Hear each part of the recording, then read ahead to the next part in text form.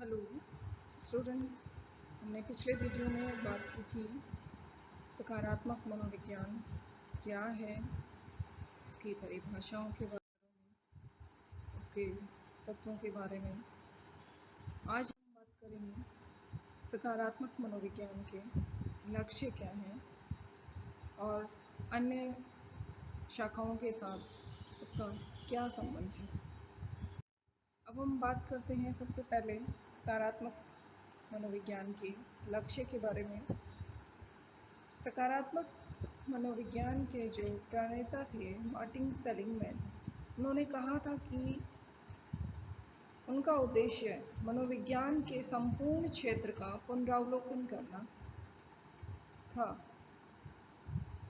उनके लिए कि सकारात्मक मनोविज्ञान एक सिर्फ विशेष अनुसंधान का क्षेत्र नहीं है, बल्कि सकारात्मक मनोविज्ञान मनोविज्ञान के ज्ञान विज्ञान की शाखाओं का एक सामान्य सा उपागम है, जिसमें मानव व्यवहार के सकारात्मक पहलुओं पर केंद्रित विषयों का संग्रहण करना है।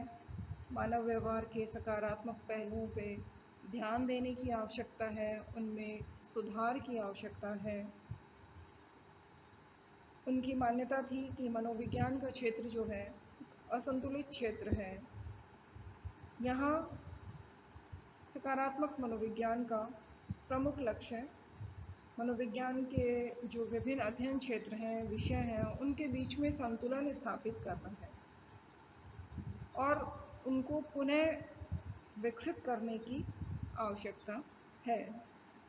इसमें सबसे पहले उन्होंने बात की कि सकारात्मक मनोविज्ञान को सही ढंग से चलाने के लिए कुछ लक्ष्य निर्धारित करने की आवश्यकता है।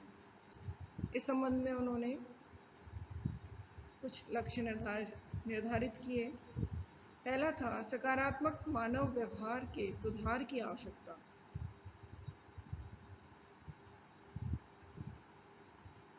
मनोविज्ञान के क्षेत्र को असंतुलित मानते हुए उन्होंने कहा कि सकारात्मक मनोविज्ञान का मुख्य लक्ष्य है कि इसे एक अनुशासन के रूप में बैलेंस किया जाए, जो कि शोध में और अनुशासन सिद्धांतों में दोनों क्षेत्रों में संतुलित होना चाहिए।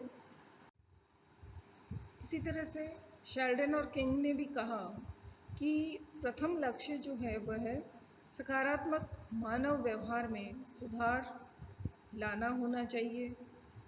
इसी के साथ मानवीय सकारात्मक व्यवहार को नकारात्मक परिस्थितियों में भी संतुलित बनाए रखना होना चाहिए।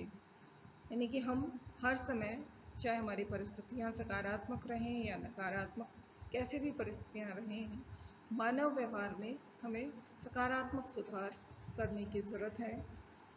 इसके लिए सकारात्मक मनोविज्ञान के दर्शन का हम, उसके फिलॉसफी का हम सहारा ले सकते हैं। दूसरा लक्ष्य निर्धारित किया गया कि सैद्धांतिक समझ का विकास।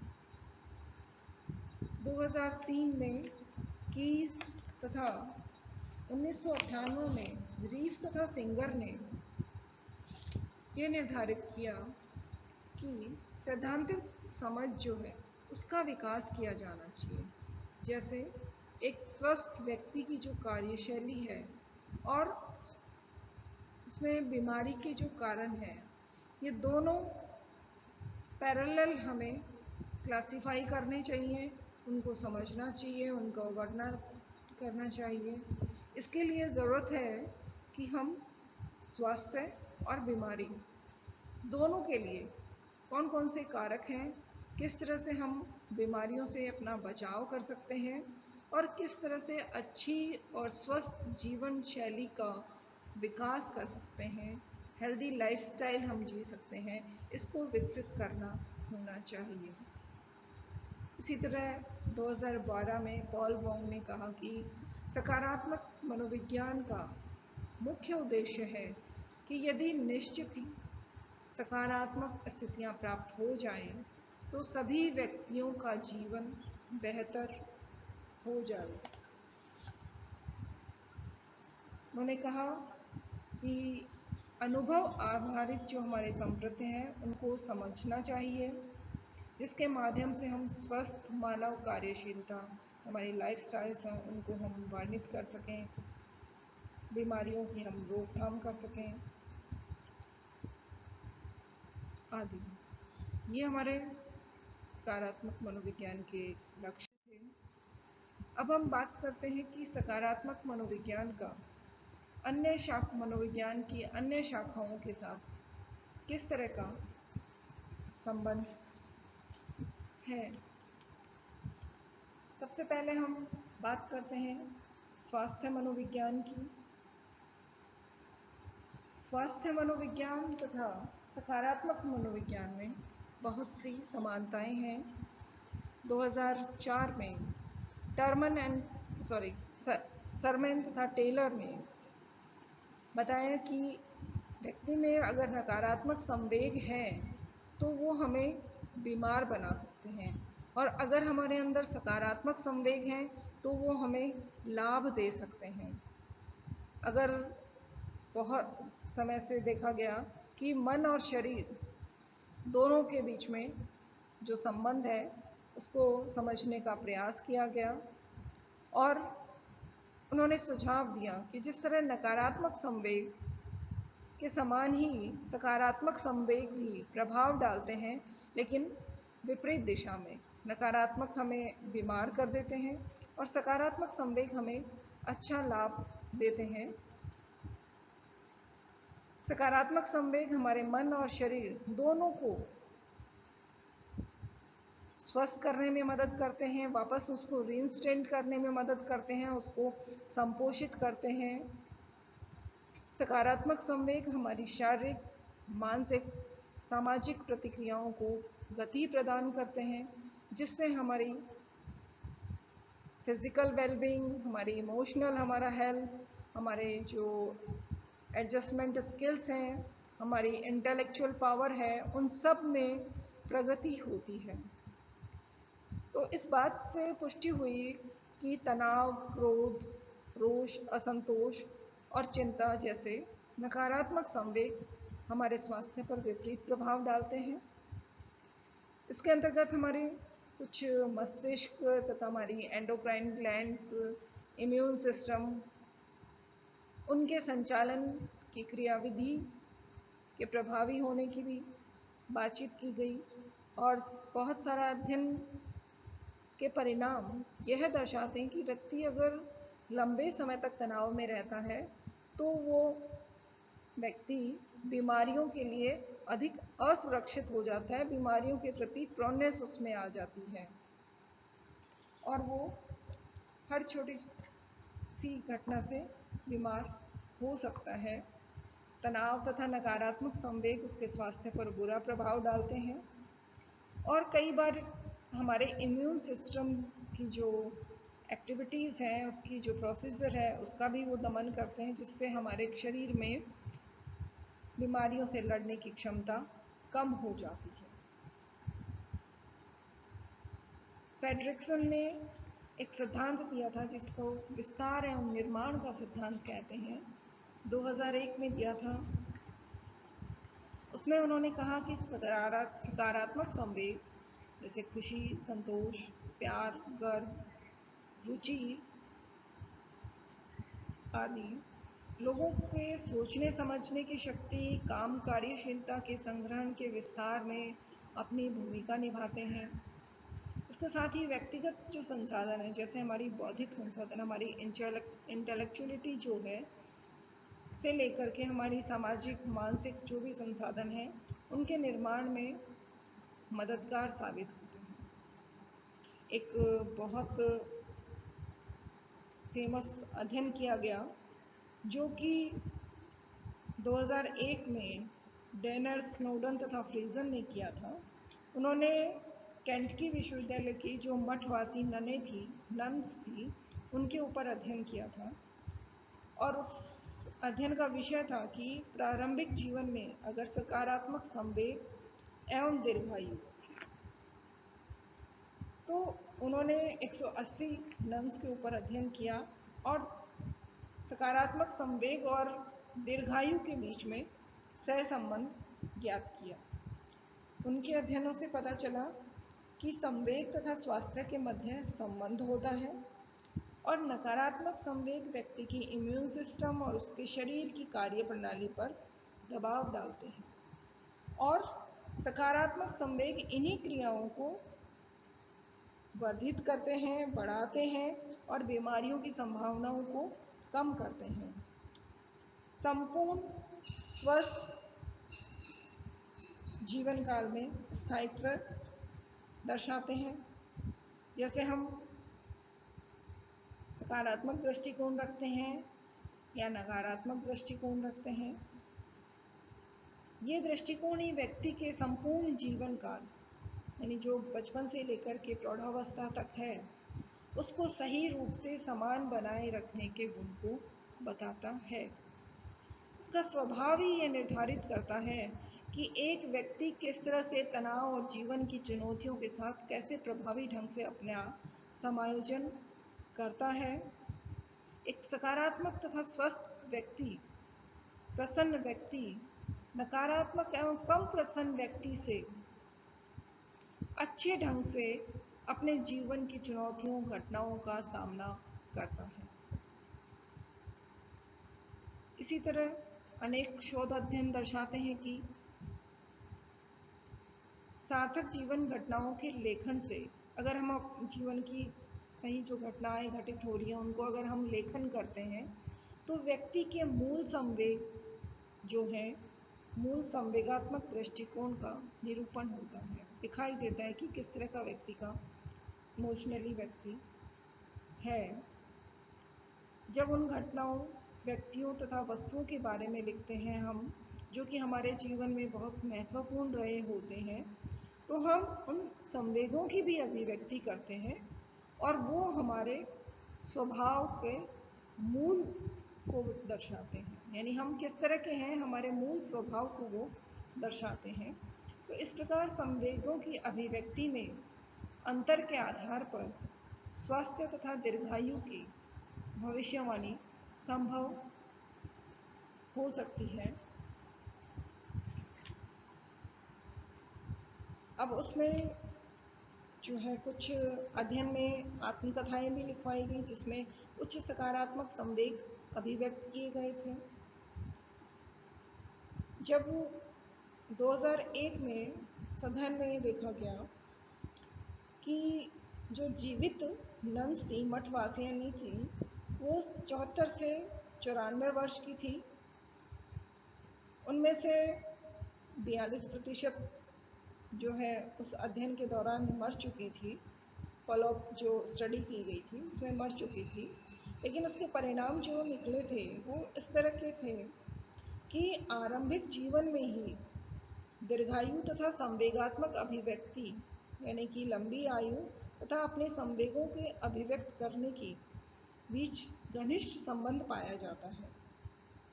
प्रत्येक आत्मकथा के वाक्यों में अगर हम सकारात्मक संवेगों की अभिव्यक्ति में अगर 1% भी वृद्धि करते हैं तो हमारी मृत्यु दर में 47% कमी आती है।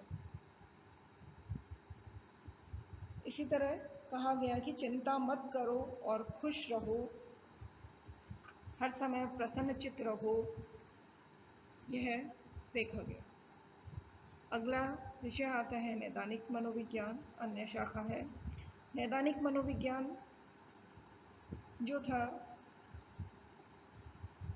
उसका जो डिजीज मॉडल था, सकारात्मक मनोविज्ञान ने यह योगदान दिया कि जो नकारात्मक मनोविज्ञान का डिजीज मॉडल था उस पर से अपनी निर्भरता कम करना, उस पर से विश्वास उठाना कि मानसिक स्वास्थ्य पेशेवरों को शुरू में ये मानना था कि उनका काम केवल मनोवैज्ञानिक परेशानियों को या मानसिक परेशानियों को कम करना ही है और आवश्यकता पड़ने पर रोगी की मदद करना, सिर्फ इतना ही उद्देश्य बन गया था। धीरे धीरे सिर्फ उपचार संबंधी एक पक्षीय काम रह गया था कि नैदानिक मनोवैज्ञानिक जो भी बीमार व्यक्ति आता था उसका इलाज करते थे। धीरे धीरे ये देखा गया है कि बीमारी की रोकथाम में और अच्छे पॉजिटिव मेंटल हेल्थ को बढ़ाने में जैसे मुद्दे शामिल किए गए। कौन सी ऐसी व्यक्तिगत विशेषताएं थी जो किसी भी व्यक्ति के जीवन को अच्छा बना सकती थी, इन सब चीज़ों के बारे में बताया गया। सकारात्मक मनोविज्ञान का लक्ष्य जो था कि मानसिक स्वास्थ्य में निहित जो कसौटियाँ थी उनको स्थापित करना, वर्तमान कसौटियों के साथ साथ जो मानसिक बीमारियों का निदान था उनकी व्याख्या थी, उनका किस तरह से हम अच्छे से उनको बाहर निकाल सकें उन बीमारी से और एक अच्छा जीवन जी सकें, इसके बारे में बात की गई। अगली शाखा आती है विकासात्मक मनोविज्ञान। विकासात्मक मनोवैज्ञानिकों का काम था उन परिस्थितियों की जांच करना जो कि स्वस्थ विकास को खतरा पहुंचा सकती थी। ये मान्यता थी कि अधिकांश बच्चों का विकास जो है विपरीत परिस्थितियों में हो रहा है, जैसे गरीबी, शोषण या माता पिता में से कोई एक व्यसन का आदी है या मानसिक बीमारी है। ऐसे बच्चों के सामाजिक, संज्ञानात्मक तथा संवेगात्मक विकास उन बच्चों की तुलना में कम होते हैं जो कि इन परिस्थितियों को नहीं झेल रहे होते हैं या ऐसी विपरीत परिस्थितियों में जिनका विकास नहीं हो रहा होता है। धीरे धीरे 1970 के दशक में कुछ परिवर्तन हुए और मनोचिकित्सकों तथा मनोवैज्ञानिकों ने अपना ध्यान जो है उन बच्चों और उन वयस्कों में निहित लचीलेपन, प्रतिस्कंदता यानी रेजिलियंस के प्रति अपना ध्यान दिया, जिसमें वे गुण व क्षमताएं जीवन की चुनौतियों का सामना करने के लिए अभी विकसित नहीं हुई थी। यानी कि हम जो जैसी भी हमारी परिस्थितियां होती हैं उनके अनुसार अपने आप को बनाए रखते हुए किस तरह अपना समायोजन कर सकते हैं और उन परिस्थितियों से उबर के आ सकते हैं। रेजिलियंस यानी लचीलेपन तथा प्रतिस्कंदता का तात्पर्य होता है कठिन गंभीर परिस्थितियों में भी अनुकूलित एवं विकास के अच्छे परिणाम बनाए रखना।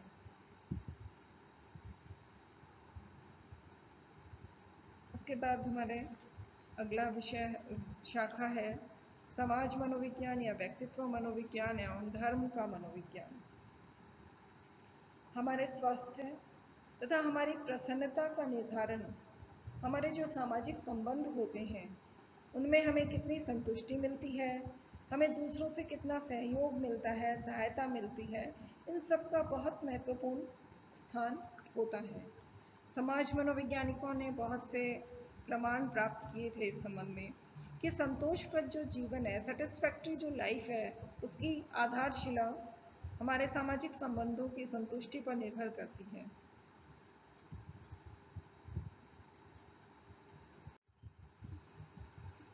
सकारात्मक शील गुण एवं व्यक्तिगत शक्तियां जो हैं व्यक्ति के स्वस्थ और प्रसन्नता की नींव का निर्माण करने में सहायक होती हैं, जैसे आशावाद, self esteem, extroversion, positive life outlook. ये सब ऐसे गुण हैं जो व्यक्ति की वेलबींग के लिए ज़रूरी होते हैं।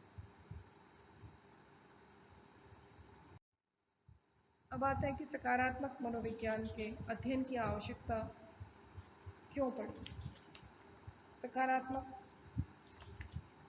मनोविज्ञान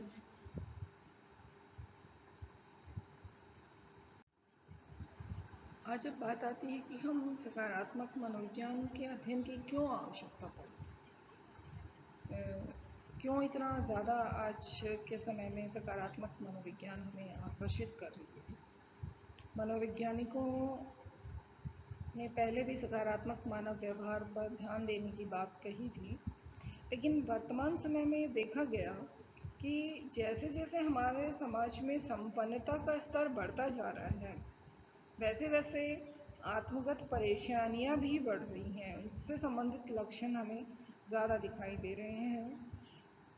इसलिए जो है सकारात्मक मनोविज्ञान के अध्ययन की आवश्यकता हमें दिखाई देती है। 1999 में चिक्सजेंट मिन्हालाई ने एक लेख प्रकाशित किया था जिसका शीर्षक था कि यदि हम बहुत अमीर हैं तो हम प्रसन्न क्यों नहीं हैं। यानी कि भौतिक समृद्धि के मध्य अंतर बढ़ रहा है और हमारी परेशानियां भी बढ़ रही हैं। मायर्स ने 2006 में इस प्रत्यय को समृद्धि के विरोधाभास यानी पैराडॉक्स ऑफ एफ्लुएंस कहा। इसी तरह जो है एक व्यथा सूचकांक जारी किया गया यानी माइजरी इंडेक्स, उसके अंतर्गत देखा गया कि तलाक की दर, बाल्यावस्था में गरीबी तथा किशोरों में बढ़ती हुई आत्महत्या और बालकों के प्रति अत्याचार, ये सब इस सूचकांक के अंतर्गत सम्मिलित किए गए।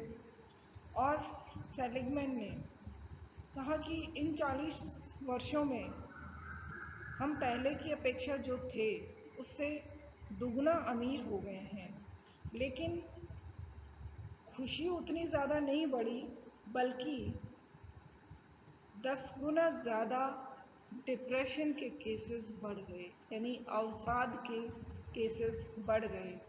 अर्थात हम अमीर होने के साथ साथ अवसादग्रस्त ज़्यादा हुए, न कि हम खुश हुए। बहुत से नैदानिक मनोवैज्ञानिकों के अनुसार अवसाद जो है एक महामारी के रूप में हमें अब दिखाई देने लगा है। एक आंतरिक शून्यता यानी एम्प्टीनेस तथा समृद्धि के अनदेखे पक्षों को विभिन्न फिल्मों तथा डॉक्यूमेंट्स में बताया गया। इसी तरह फ्रंटलाइन ने 2002 में एक किशोरों पर एक अध्ययन किया। ऐसे किशोर जिनका पालन पोषण बहुत अच्छे घरों में हुआ था, लेकिन माता पिता के पास समय नहीं था उनकी पर्याप्त देखरेख करने, पालन पोषण करने का, जिसके कारण वे गलत आचरण का शिकार हुए और उनके संपर्क ऐसे शोषित तथा अत्याचारी समूह से हो गए, जो कि बाद में वे बच्चे जो थे लैंगिक संक्रमण बीमारियों के शिकार हो गए। जब उनके अनुभवों को जानने का प्रयास किया गया, तब उन बच्चों ने आंतरिक शून्यता और अधूरे जीवन से संबंधित अपनी कई कहानियां बताई, जिससे आंतरिक शून्यता का उल्लेख हुआ। तो इन बातों से स्पष्ट हुआ कि पैसों से प्रसन्नता नहीं खरीदी जा सकती, बल्कि व्यक्तिगत संतोष प्राप्ति के लिए हमें कुछ और प्रयास करने पड़ेंगे। समृद्धि की क्षमताओं, स्वस्थ और संतोषजनक जीवन के स्रोत, इन सब चीज़ों के बारे में प्रश्न खड़े हो गए और इन्हीं प्रश्नों को उत्तर ढूंढने के लिए सकारात्मक मनोविज्ञान में ज़्यादा केंद्र बिंदु का ढूंढने के लिए सकारात्मक मनोविज्ञान में बहुत से अध्ययन किए गए और ये केंद्र बिंदु में हमारे रही कि किस तरह हम सुखद जीवन जी सकते हैं, किस तरह से कौन कौन से कारक हैं जो हमारे अंदर सकारात्मक भाव उत्पन्न कर सकते हैं, कहाँ हमें खुशी मिल सकती है। इन सब चीज़ों में सकारात्मक मनोविज्ञान का ध्यान ज़्यादा रहा। कौन से ऐसे पहलू से जो हमारे अंदर सकारात्मक बदलाव ला सकते हैं।